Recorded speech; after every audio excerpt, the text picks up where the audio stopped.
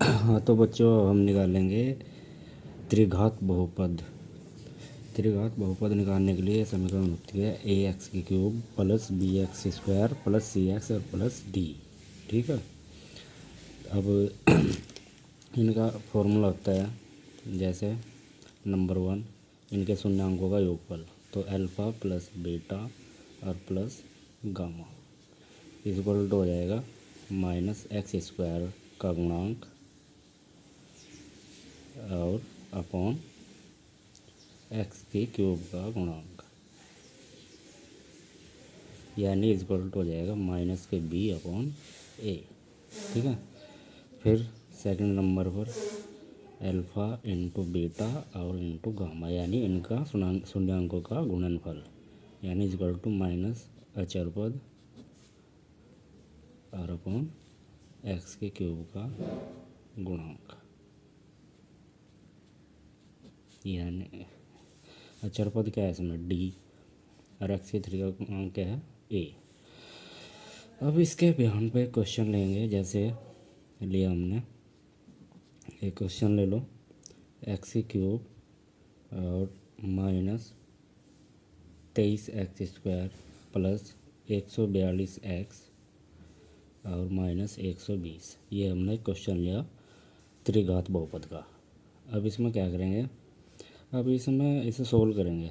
अब इसे सोल्व करने के लिए एक काम करो, एक्स की क्यूब माइनस, अब इसे हम तोड़ देंगे, यानी इसे हम एक्स स्क्वायर और माइनस के 22 एक्स स्क्वायर भी तो लिख सकते हैं बिल्कुल।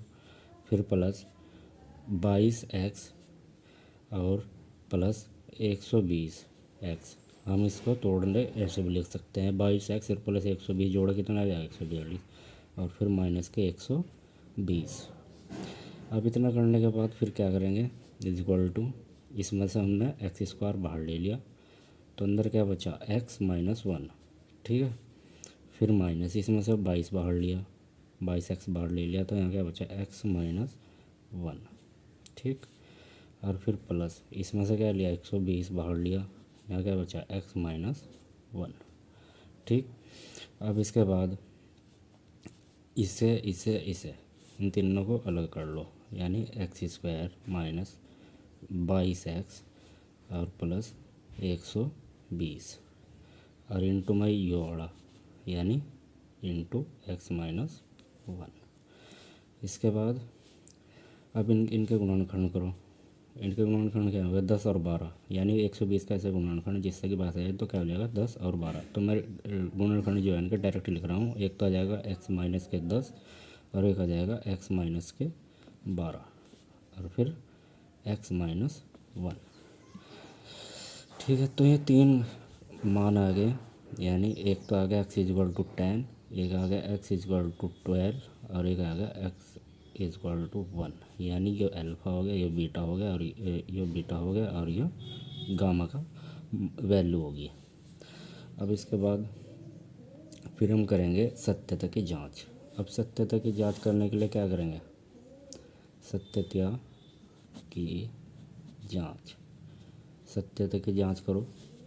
तो इसकी जांच करने के लिए क्या करेंगे, वही फॉर्मूला लेंगे ये वाला, यानी इनका शून्यांकों का योगफल लेंगे, यानी alpha plus beta plus gamma equal to, मैं डायरेक्ट फॉर्मूला ले रखा हूँ माइनस बी अपॉन ए, यानी एक्स स्क्वायर का गुणांक अपॉन एक्स क्यूब का गुणांक। अब यहाँ वैल्यू लिख दो, अल्फ़ा की वैल्यू क्या है 10, बीटा की वैल्यू क्या है 12 और प्लस गामा की वैल्यू क्या है 1 equal to minus b upon a, यानी एक्स स्क्वायर का गुणांक। एक्स स्क्वायर का गुणांक कितना है इस समीकरण में माइनस के 23, और यहाँ माइनस है इसलिए माइनस माइनस क्या हो जाएगा प्लस, यानी 23 अपॉन ए की वैल्यू क्या है, यानी एक्स क्यूब की वैल्यू क्या है 1 है, एक्स क्यूब का गुणांक का क्या है 1, यानी इधर क्या आ जाएगा जोड़ कर 23 और इधर भी क्या हो जाएगा 23, यानी LHS इजक्वल टू RHS। ये तो होगी सत्यता की जांच। इसमें ये इक्वल हो गए तो इसका मतलब ये सत्य है।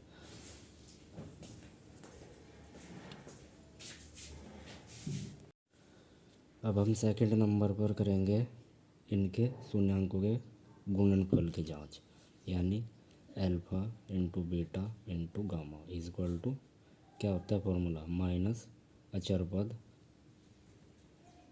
और अपॉन एक्स की क्यूब का गुणांक, ये होता है फॉर्मूला। तो करो, यानी अल्फ़ा की वैल्यू क्या है 10 इंटू बीटा की वैल्यू क्या है 12 इंटू गामा की वैल्यू क्या है 1, ठीक है, इक्वल टू माइनस अचर पद क्या है माइनस के 120 अपॉन एक्स की क्यूब का गुणांक कितना है 1 है तो 1। अब ये माइनस माइनस और ये पहले ही माइनस है तो क्या आ जाएगा प्लस। अब 10 की और 12 की गुणन करेंगे तो क्या हो जाएगा 120 इक्वल टू 120, यानी ये भी क्या होगा सत्यता होगी, इसकी भी जांच क्या होगी सत्य होगी, यानी ये LHS इक्वल टू क्या हो गया RHS। तो ये होती है त्रिघात बहुपद की जांच, और त्रिघात बहुपद निकालने के लिए ऐसे हम क्वेश्चन को सोल्व करेंगे जिससे त्रिघात बहुपद निकल जाएगा। यह बहुत इंपॉर्टेंट है, इसमें तो क्वेश्चन आता है हाई स्कूल पेपर में ज़रूर आता है क्वेश्चन, या तो द्विघात समीकरण का दे देगा या फिर द्विघात बहुपद का दे देगा या त्रिघात बहुपद का दे देगा। तो नेक्स्ट वीडियो में नए टॉपिक के साथ आएंगे। थैंक यू, धन्यवाद।